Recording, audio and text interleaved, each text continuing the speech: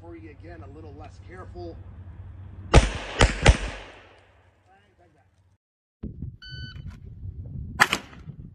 140.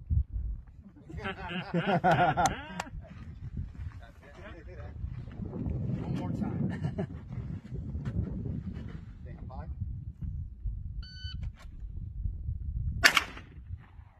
Hey! Dip Buffalo in 204. All right. Okay. Now, did everybody see? Hey guys, welcome back to the Modern Samurai Project workshop. Got to do some things out there. We've got the new Walther Steel Frame full size. Okay. So here you go. We're going to talk a little bit about this, right? I'm going to give you my impressions. What are the things about this that are new and exciting? So first of all, what we want to do is the genesis, the two guns that kind of got combined to make this gun. So the first one, you had the Q5, right? Great gun. Unfortunately, is I don't know what it is with previous Walthers and stuff like that. I guess everybody in Germany has little carny hands, and they thought 15 rounds was good enough. I don't. I have big hands. So the Q5 was a great gun, super accurate, nice weight, all that other good stuff. When they came out with the mounting system, great mounting system for the optics and everything. The problem was that grip was just way too small, especially when you had the mag well on it. My hands would be like this, and I just couldn't apply some good, consistent grip on it, right? So you had that. The other thing I didn't like about the Q5 is the beaver tail. Guys, I hate beaver tails on striker fire guns, which means I don't like 320s. You want to knock 320 out? You want to shoot 320, you knock yourself out. I just think beaver tails on striker fire guns are silly.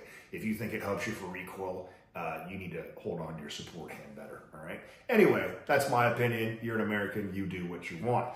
So it had that, okay? Then you came out with the PDP, okay? I had, the honor of helping out with part of that design on there. It said no beaver tail, otherwise I'm out, right? Longer 18-inch grip, amazing gun. One of the best, if not the best, striker fired trigger on any plastic gun there was out there.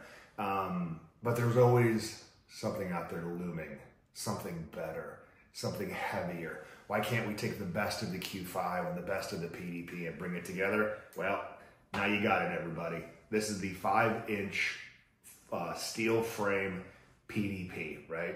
A couple features about this. First of all, you still have those extra tear and serrations, but now we got some slide cuts out there. Functionally, do they do anything? Meh. Do they look cool as hell? Yeah. So why not, okay? So you got that, right? You got the mounting system, right? The 2.0 mounting system that nobody needed but the internet wanted, so you got that, okay? Right now on this one, I am rocking a C&H plate. You have a different takedown, like the Q5. It's not the Glockish pull-down lever. It's the big lever here. You lock it back, you hit up the thing, and you bring down the thing, right? I don't know if you can see it on that side. You can't, but so you bring up the thing right here, right? Horrible angle, and then it's easy take down, take up, okay?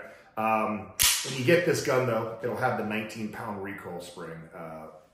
Let's talk about that now. All German guns, all European guns are overly sprung, right? They got that hot-ass NATO shit, so I guess they got to do that to preserve the gun. In order to make this gun, right, even though this gun shoots very flat with a regular spring, right, just a little bit of enhancement is better. So I put in AJ Zito for practical performance, his stainless steel captured guide rod with ISMI springs in there. I put a 15 in here because that's all you need with the weight of the gun. So yeah, so a little bit different from that and my plastic PDPs. On that, I run a 13-pound recoil spring, but in order to balance out the weights of it, you also need a Springco reduced striker spring in there to balance out the weights.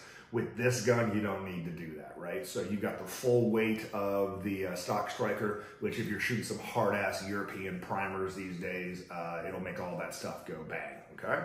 What else do you have down there? You have the performance trigger, right? This one is the high-end one with a whole blah, blah, blah, package, everything.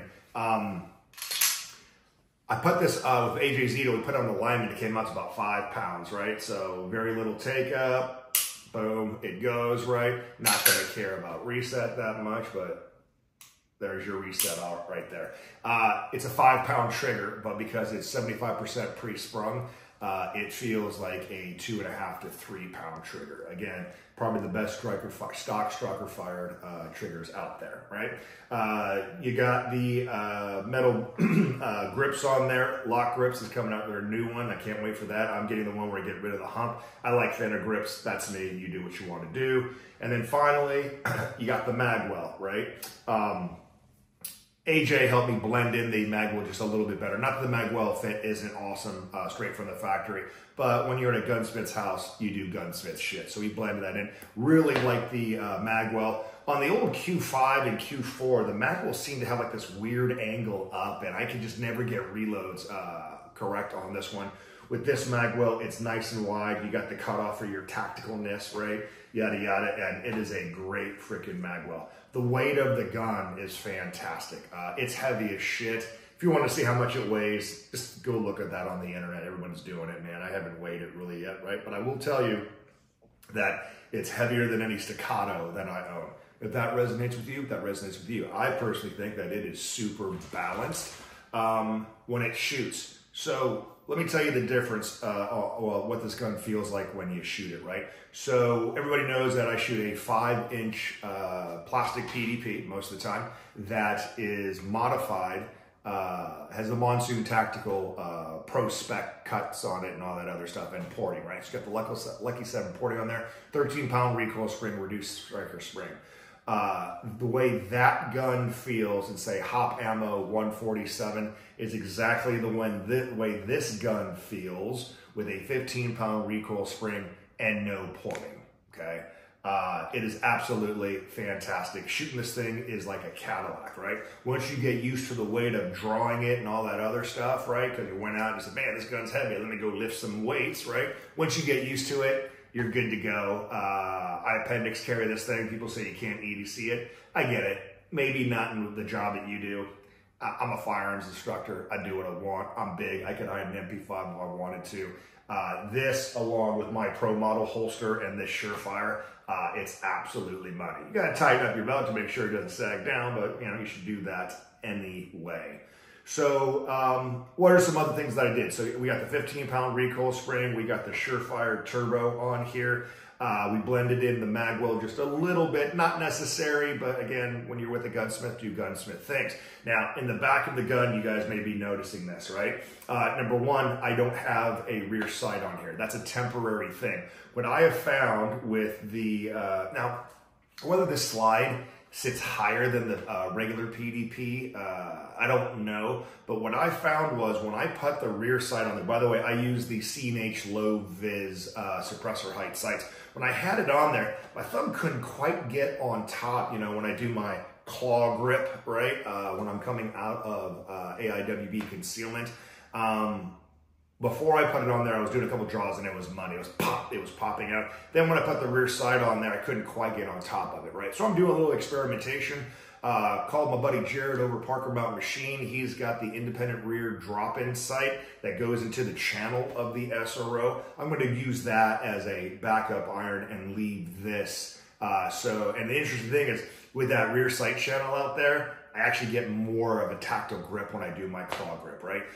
Is that weird? I don't know. Maybe, man, but I'm an American. I do what I want. You'll also notice that I had AJ cut off the beaver tail, right? It's tiny, it's small. It looks like the Q4 beaver tail, but it's just enough to want to do that claw grip when I bring it over, right? There's some gap between the tang and my hand, right? When you're talking about tenths and hundredths in a draw, every little thing matters. It may or may not affect you. Me, we cut that thing off and blend it. I'll wind up getting this thing re-Cerakoted later on so you don't see that. So yeah, like I said, the only thing I'm going to do is I'm waiting on the lock grips, flatter one and grippier G10 grips to come out. But other than that, man, that is pretty much it. Guys, I love this gun. Yes, I shoot for Walther, okay? Let the shilling begin. But that being said, the reason why I shoot for Walther is they let me shoot whatever the hell I want to do because they feel, right? That if I can shoot any gun that I want and I keep on going back to Walther, that just makes the brand stronger, okay? Now, the MSRP on this thing is $1,850. Is that steep? Yes, it's steep. Is it worth it? I think so. That being said, street price, $1,600, $1,650. I think it's worth it, right? So because you get the trigger, you get the plate, right? That you have to, you know, put that form in for or whatever, right? You get this mag well, you get the tuned performance trigger. You also get 3 20-inch magazines, right? That go in and fit in there, and it's amazing, all right? Another question that I had is what aftermarket base plates does this mag well fit? And I am trying to look for, oh, there it is, okay. So the one that fits immediately right now, the Terran outside of the base ones, right? The stock ones, the Terran tactical ones, like I think they call them their, they don't call them a universal, they call them something like that. But you'll notice there's a divot in the back and a divot in the rear. Those fit right now, okay? Other ones that I've tested out that do not work without modification, unfortunately, the Floyd ones don't work right now. You may need to Dremel those down a little bit for it to fit. But that's saying I'm perfectly fine with Terrans as long as I don't reload them on a hard surface. So cool. So that's pretty much it, guys. Obviously rocking an SRO on there. Testing that out, obviously, on this gun. There's nothing to test out. The SRO is amazing. I may switch it up and put it on the Holosun 507 comp just to see how that feels on this gun. It will also be amazing. So yeah, guys, that's it.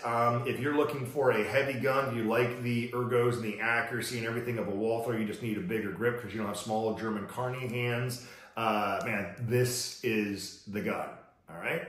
Also, I don't know why I'm saying this, right? Well, I do know why I'm saying this. Because everyone asked me about the workshop and the shit up I got up on the wall. So let me do this, right?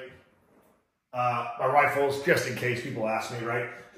So that one is a Cobalt 14.5, right? Pin welded on a Reptilla mount with a Holosun AEMS. Okay, we got the Tier 1 slings, which are sewn for them by Flatline Fiber Company. So yeah, you got that. That one over there. Oh, on that one, you got the you got a Surefire, right?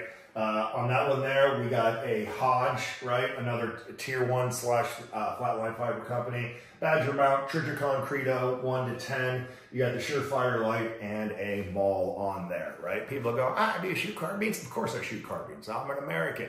You just don't pay me to shoot them, so why am I going to show you? But that's my kit. People are asking me on that. So guys, thanks for taking the time. As always, be good, stay safe, get more training.